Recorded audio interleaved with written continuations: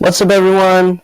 In today's video, I'm going to be sharing with you the most insane comeback I've ever made in chess. I know that I keep saying that it's the most insane comeback, but I just keep having comebacks that are even better and better. And since this was such a high stakes game, my reaction when I won this game was actually pretty crazy. My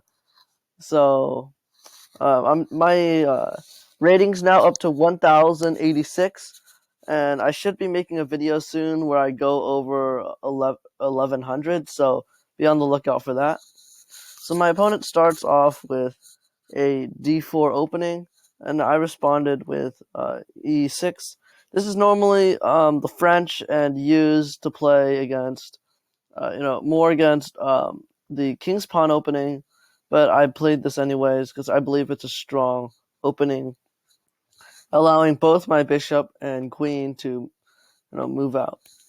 He then played e4, and then this is just the same situation that you have with the French, so I actually really lucked out here. I then used the queen again. I've done this in many games. I like this diagonal here, and also allows me to take the pawn. He then brought out or developed his knight to d2 to protect the pawn that I was pressuring with the queen. I brought out the bishop to pin this knight so that if I wanted to take here, I could, or I could use the bishop to just take the knight directly, and then in the next trade I would get the pawn. He countered this though by blocking the bishop, and I just moved the bishop back. So not only was I moving the bishop back, to avoid capture, but I was thinking the bishop could take this square right here, allowing for a free pawn take. This would have been a risky move if I had pulled it off. It would have left the queen pinned to the bishop, so that was one of the risks. But I thought I could pull it off. Next, he developed his knight to f3. This not only put pressure on the queen, but it also blocked the pawn that the bishop was going to, so that was the end of that plan. I then just moved my queen back one square, and my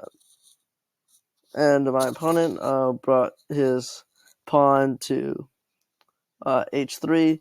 I assumed at the time that it was to push his pawn to g4 and start pushing the queen back.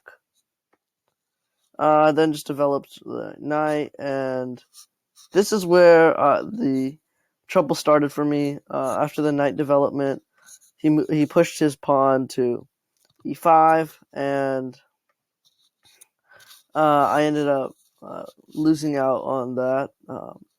I lost the bishop, and then now he started pushing, and here actually I kind of evened the square a little bit.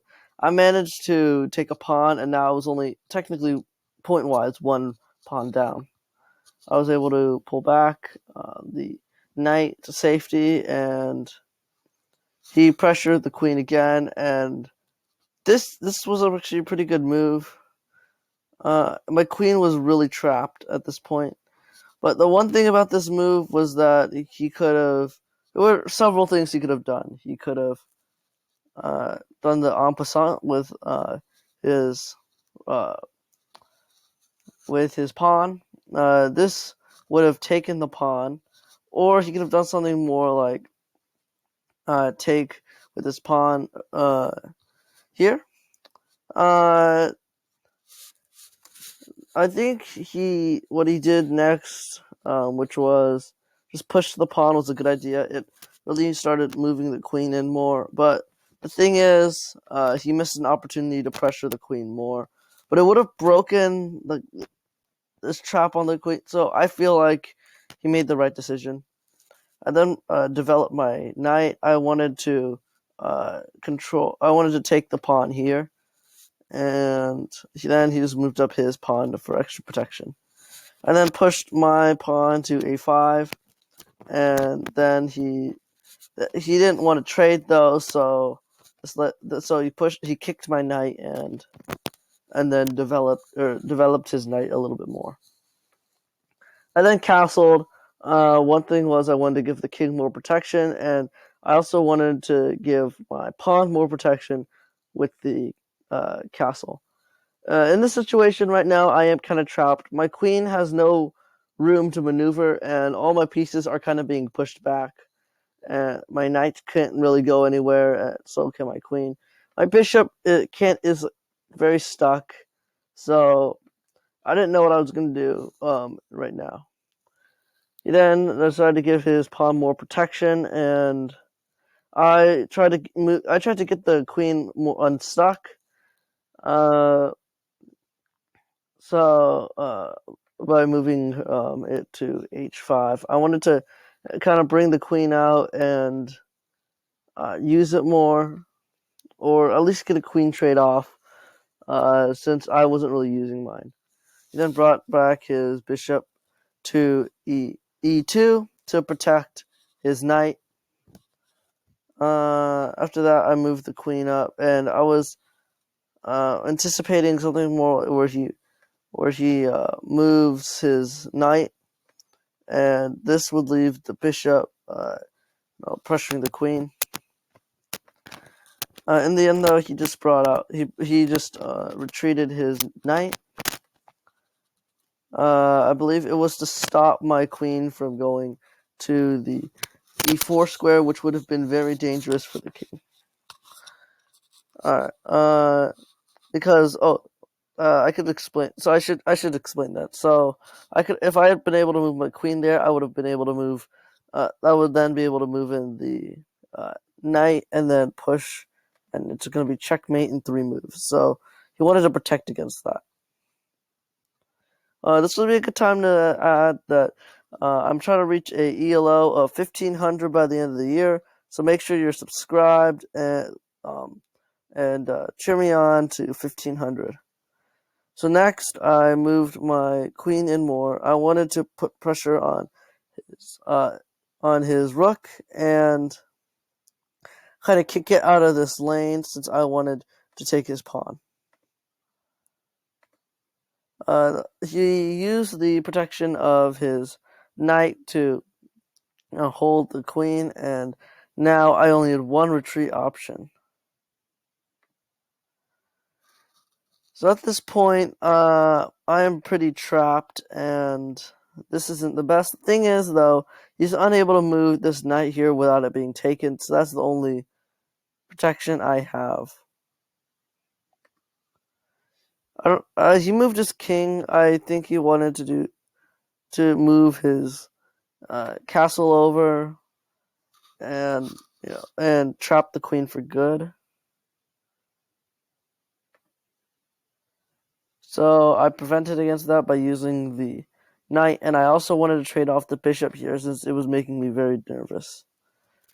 He then he then moved his knight, and I realized that he had brought the king to actually protect the knight, and use the bishop to check the queen.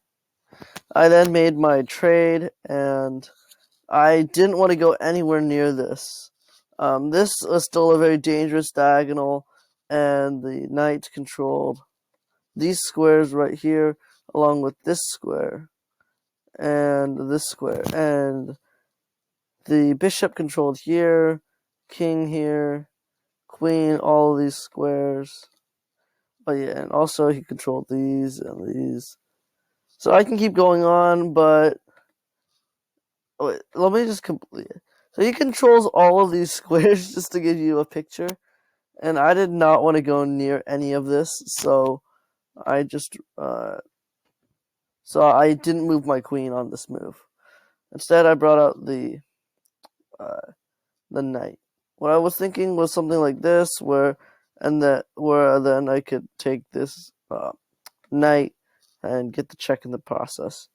But then he forced me to retreat my queen, and then he moved his queen. I don't know why. Maybe he was protecting the pawn. Actually, no, he was already protecting it, so I don't know what he was doing.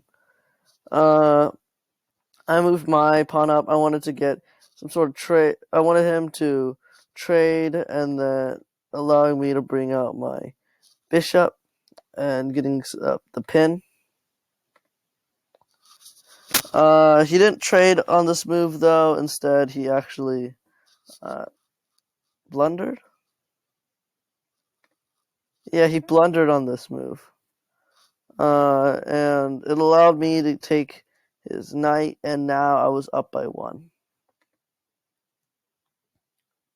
So here his pawn is defended only by the queen, and this check right here is kind of a fork with the queen. So the only way for him to get out of this was to trade queens. I was now starting to turn the tide, and I was closing in. He was also only at 40 seconds time-wise, and we made a few trades that only took 4 seconds off of his clock. And then I just started pressuring him, and I knew I could try. I was trying to win on time here, and in the end, I won. So thank you for watching to the end of this video. I did make 2 mistakes and 1 blunder in this video. I don't know if I covered them all, but if I didn't, make sure to leave a comment down below on